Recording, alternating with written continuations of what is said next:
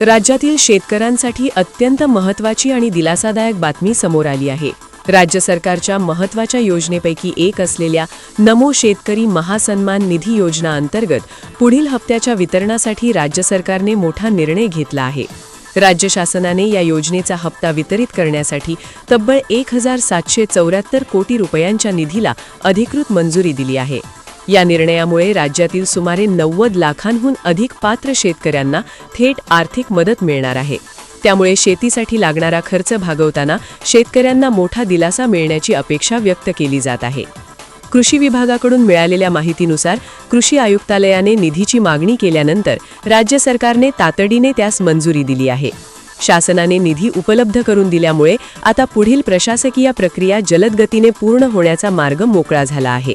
त्यामुळे लवकरच हा हप्ता थेट शेतकऱ्यांच्या बँक खात्यात जमा होण्याची शक्यता आहे। या संपूर्ण प्रक्रियेत पारदर्शकता आणि कार्यक्षमतेला प्राधान्य देण्यासाठी शासनाने प्रशासकीय खर्चाची देखील स्वतंत्र तरतूद केली आहे।